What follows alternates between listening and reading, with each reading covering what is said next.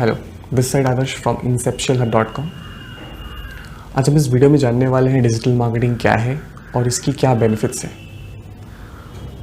तो आप हमारे साथ इस वीडियो में लास्ट तक बने रहिए और अगर आपकी वीडियो अच्छी लगे तो लाइक, कमेंट और शेयर जरूर करिएगा।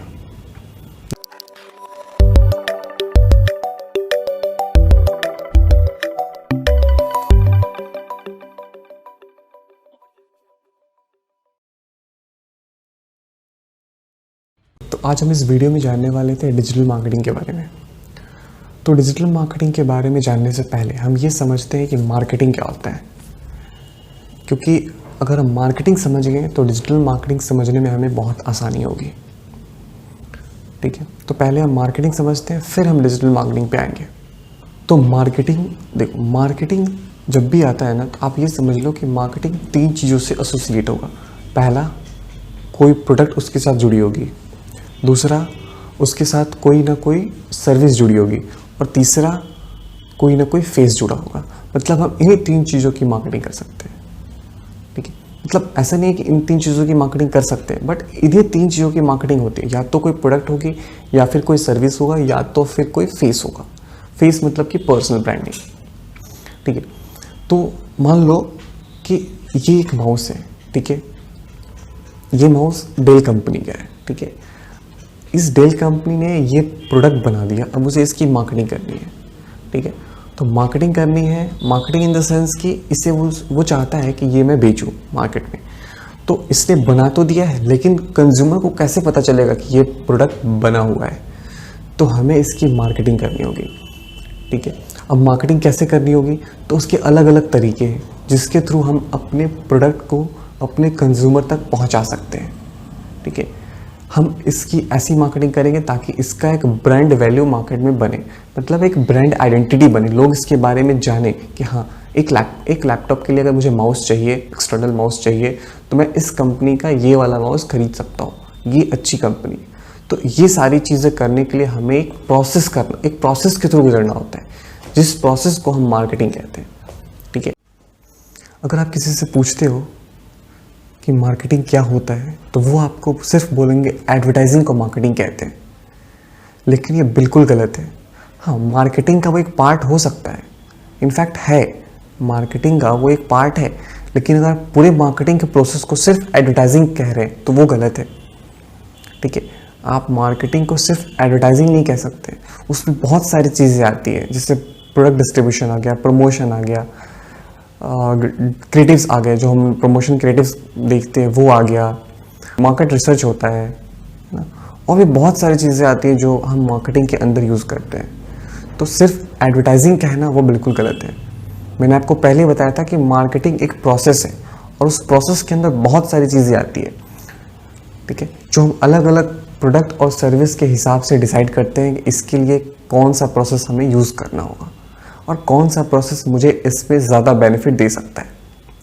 ठीक है, तो सिर्फ एडवर्टाइजिंग या सेलिंग हम नहीं कह सकते, हम बस इतना जानते हैं कि मार्केटिंग एक प्रोसेस है।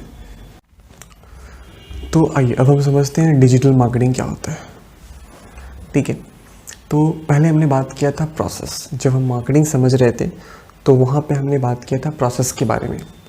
तो वो सारी प्रोसेस जो हम मार्केटिंग में करते हैं, अगर वो प्रोसेस हम वाया इलेक्ट्रॉनिक डिवाइस कर रहे हों, ठीक है, तो उससे हम डिजिटल मार्केटिंग कहते हैं। मैं आपको एग्जांपल से समझाता हूँ। मान लीजिए ये हमारा एक माउस है।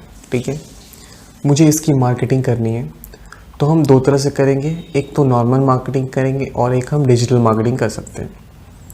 तो हमने डिसाइड किया कि मार्केटिंग में हम क्या करेंगे, इस प्रोडक्ट के लिए एक बैनर डिज़ाइन करेंगे और हम अपने टारगेट लोकेशन पे उसको स्टिक करेंगे। ठीक है, तो वो हो गया हमारा मार्केटिंग। लेकिन अगर हमें इसकी डिजिटल मार्केटिंग करनी है तो हमने ये डिसाइड किया कि हम इसकी एक वीडियो डिज़ाइन करेंगे, उस वीडियो में इस प्रोडक्ट के बारे में कंटेंट रहेगा और वो हम सोशल मीडिया पे शेयर करेंगे। तो वो हो गया डिजिटल मार्केटिंग। क्यों? क्योंकि यहाँ पे हम एक इलेक्ट्रॉनिक डिवाइस की हेल्प ले रहे हैं। सोशल मीडिया की हेल्प ले रहे हैं इसके वीडियो को स्प्रेड करने के लिए, ठीक है।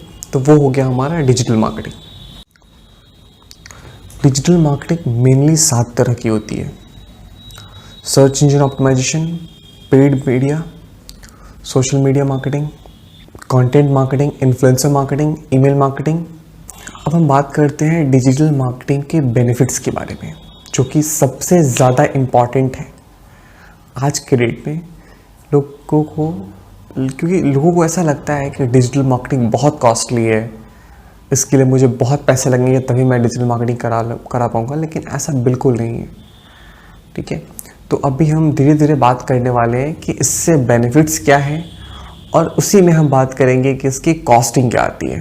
बात करने वाले हैं कि इससे बेनिफिट्स क्या है, और उसी में हम बात करेंगे कि इसकी कॉस्टिंग क्या आती है, ठीक है। तो चलिए हम पहले स्टार्ट करते हैं हमारा पहला बेनिफिट।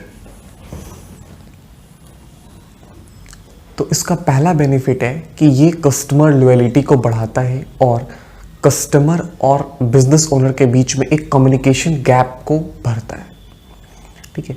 तो आप मतलब अगर आप बिजनेस ओनर हो तो आप ये जानते होंगे कि अगर आप एक नए कस्टमर को अपने शॉप पे या फिर बुलाते हो, ठीक है, तो वो, और अगर आप अपने पुराने कस्टमर को अपने शॉप पे फिर से रिटेन कर लेते हो, तो इन दोनों की कॉस्टिंग डिफरेंस होती है। अगर आप एक नए कस्टमर को बुलाने में अगर आपको 10 रुपये खर्च हो रहे हैं, तो एक पुराने कस्टमर को लाने में आपके 5 से 6 रुपये ही खर्च होंगे, ठीक है। तो अब पुराना कस्टमर आपके पास क्यों आएगा? अगर आपकी उनके साथ रिलेशनशिप अच्छी होगी, अगर आप उनसे डेली कम्युनिकेट कर रहे होंगे, अगर वो आपके बारे में हमेशा सुन रहे होंगे, तो वो खुद भी आएंगे और चांसेस है कि वो अपने जानने वाले को भी आपकी शॉप को रेफ़र करेंगे। तो कस्टमर लॉयल्टी बना के रखना या बढ़ाना ये बहुत ज़्यादा मुश्किल है, लेकिन नामुमकिन नहीं, आप ये कर सकते हो। और इसके लिए आप डिजिटल मीडिया की हेल्प ले सकते हो। ये आपके और आपके कस्टमर के बीच में कम्युनिकेशन गैप होने से रोकता है, और इसमें भी कोई ज़्यादा खर्चे नहीं आते हैं। तो ये इसकी पहली बेनिफिट हो गई। अब हम बात करते हैं इसकी दूसरी बेनिफिट। इसका जो दूसरा बेनिफिट है वो है customer engagement at every buying stage. ये हम ऐसे समझते हैं, जब डिजिटल मार्केटिंग नहीं आया था, मतलब बहुत कम लोग जानते थे, तो वो कस्टमर जर्नी के बारे में नहीं समझते थे। वो कस्टमर जर्नी एक्चुअली होता क्या है, पहले मैं आपको ये बता देता हूँ। जैसे मान लो आपने पेपर में कोई ऐड देखा, ठीक है, मैंने आपको एग्जांपल दिया था इस माउस का, ठीक है। तो हमने मार्केटिंग की तरह हमने इसकी एक बैनर लगाई थी, आपको याद होगा, ठीक है। आपने वहाँ से वो बैनर देखा और आपने डिसाइड किया कि मुझे ये ख़रीदना है। तो आप 2 दिन, 4 दिन, 5 दिन, 10 दिन के बाद आप किसी शॉप में गए, आपने ये प्रोडक्ट देखा और आपने इसकी जो भी प्राइस थी आपने पे किया और ये प्रोडक्ट लेकर आप घर पे चले आए, ठीक है। इस 2, 4, 5, 10 दिन में आपने इस प्रोडक्ट के बारे में कुछ सर्च किया कि नहीं, वो हमें नहीं पता चलता था। मतलब एक एडवर्टाइज़र को पता नहीं चलता था। हाँ, आपने खरीद लिया वो हमें पता चलता था, लेकिन इस 5-10 दिन के अंदर आपने क्या सोचा, क्या किया इस प्रोडक्ट के बारे में, वो हमें पता नहीं चलता था। लेकिन डिजिटल मार्केटिंग के थ्रू अगर आपके माइंड में एक ट्रिगर हुआ कि नहीं मुझे ये माउस खरीदनी है, आपने बस इतना सोचा, उसके बाद से हम आपको ट्रैक कर सकते हैं कि आप क्या कर रहे हो इस माउस को लेकर। आपने क्या क्या सर्च किया इसके बारे में, क्या जानना चाहते हो, क्यों नहीं खरीद रहे हो अभी तक, क्या रीज़न है, ठीक है। आपको हम हर एक बार इस प्रोडक्ट को खरीदने के लिए आपको ऐड दिखाएंगे, ठीक है। तो इसमें क्या होता है, हम कस्टमर की जर्नी को चेक करते हैं कि उसका जर्नी क्या है, क्या सोच रहा है, वो क्या चाह रहा है ना। और उस हिसाब से हम एक कैंपेन को बनाते हैं जो कि स्पेशली इंडिविजुअल पर्सन के लिए होते हैं, ठीक है। तो इस तरह क्या होता है, हम कस्टमर की जर्नी को चेक करते हैं कि वो क्या सोच रहे हैं, क्यों नहीं खरीद रहा है ना। जो अगली बेनिफिट है वो है टारगेट द राइट ऑडियंस। फिर मैं आपको वही एग्जांपल दूंगा माउस का। हमने इस माउस की ऐड चलाई थी किसी लोकेशन पे, आपको याद होगा हमने बोला था कि हम इसकी एक बैनर डिज़ाइन करेंगे, ठीक है। अब लेट सपोज कि हमने उस बैनर को किसी शहर के किसी चौक पे लगा दिया है। अब उस चौक पे क्या सारे लोग, जितने वहाँ की पॉपुलेशन है, क्या सारे लोग माउस खरीदने वाले हैं? बिल्कुल नहीं। क्या सारे लोग माउस खरीद सकते हैं? क्या उनकी रिक्वायरमेंट है? बिल्कुल नहीं।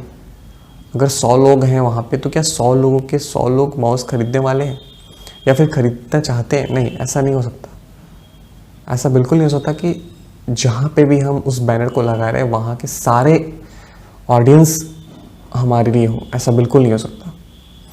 ठीक है, तो डिजिटल मार्केटिंग में हमें ये फैसिलिटी मिलती है कि हम वैसे ही लोगों को टारगेट करें जो हमारे प्रॉस्पेक्ट कस्टमर हो सकते हैं। अगर हमने बैनर लगाया है तो वो बैनर कोई भी देख सकता है। ऐसा नहीं है कि वो बैनर किसी रिक्शे वाले को नहीं दिखेगी, किसी वर्किंग प्रोफेशनल को ही दिखेगा। कोई अगर 5th क्लास का बच्चा जा रहा है तो उसको वो बैनर नहीं दिखेगा, ऐसा नहीं हो सकता। वो सारे लोगों को दिखेगा।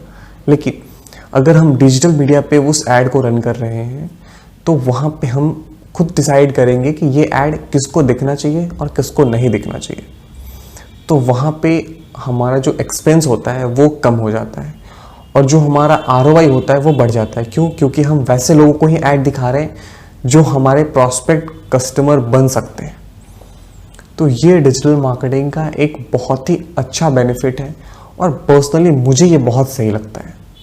इसकी जो अगली बेनिफिट है वो है obtain and optimise better ROI। तो इसे समझने के लिए भी मैं फिर आपको यही एग्जांपल दूंगा। ठीक है, तो अभी हम ये समझते हैं कि इस माउस की हमने 2 ऐड रन की है। ठीक है, एक ऐड जो हम चला रहे हैं वो किसी चौक पे चला रहे हैं, वहाँ पे हमने एक बैनर लगाया है, और दूसरी ऐड हम सोशल मीडिया के थ्रू कर रहे हैं। ठीक है, तो क्या हम जो बैनर लगाए हैं उसको ट्रैक कर सकते हैं कि इसको कितने लोगों ने देखा, कितने लोगों ने इस पर इंट्रैक्शन दी, लोग इसके बारे में क्या सोच रहे हैं? कुछ नहीं कर सकते। ठीक है, लेकिन अगर हम इसकी वीडियो ऐड रन कर रहे हैं और वहाँ पे हम ये सारी चीज़ें ट्रैक कर सकते हैं कि इसको कितने लोगों ने देखा, ठीक है, इसकी रीच क्या आई, इसकी इंप्रेशन कितनी हुई, इस पर कुछ लोगों ने कमेंट किया क्या, कितने लोगों ने इसको शेयर किया, ये सारी चीज़ें हम इसमें ट्रैक कर सकते हैं।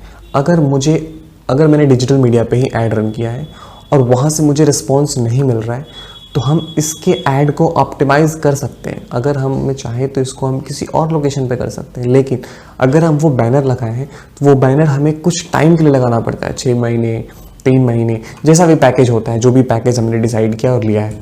ठीक है, उसके पहले हम उसको नहीं हटा सकते। अगर वहाँ से मुझे रिजल्ट नहीं मिल रहा है फिर भी वो हमारी मजबूरी है कि मुझे उसको वहाँ पे रहने देना होगा। लेकिन डिजिटल मीडिया पे वो चीज़ नहीं है।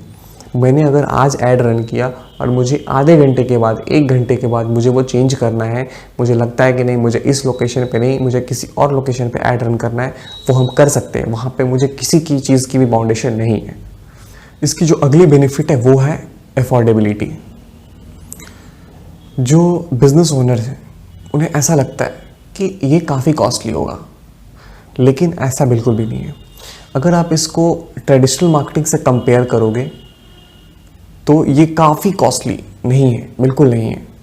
बहुत बिजनेस ओनर ऐसा सोचते होंगे कि ये मुझे ज़्यादा ROI दे रहा है तो ये काफ़ी कॉस्टली होगा, लेकिन ऐसा नहीं है। ये ट्रेडिशनल मार्केटिंग से काफ़ी सस्ता होता है और आपको यहाँ से एक अच्छा ROI भी मिलता है।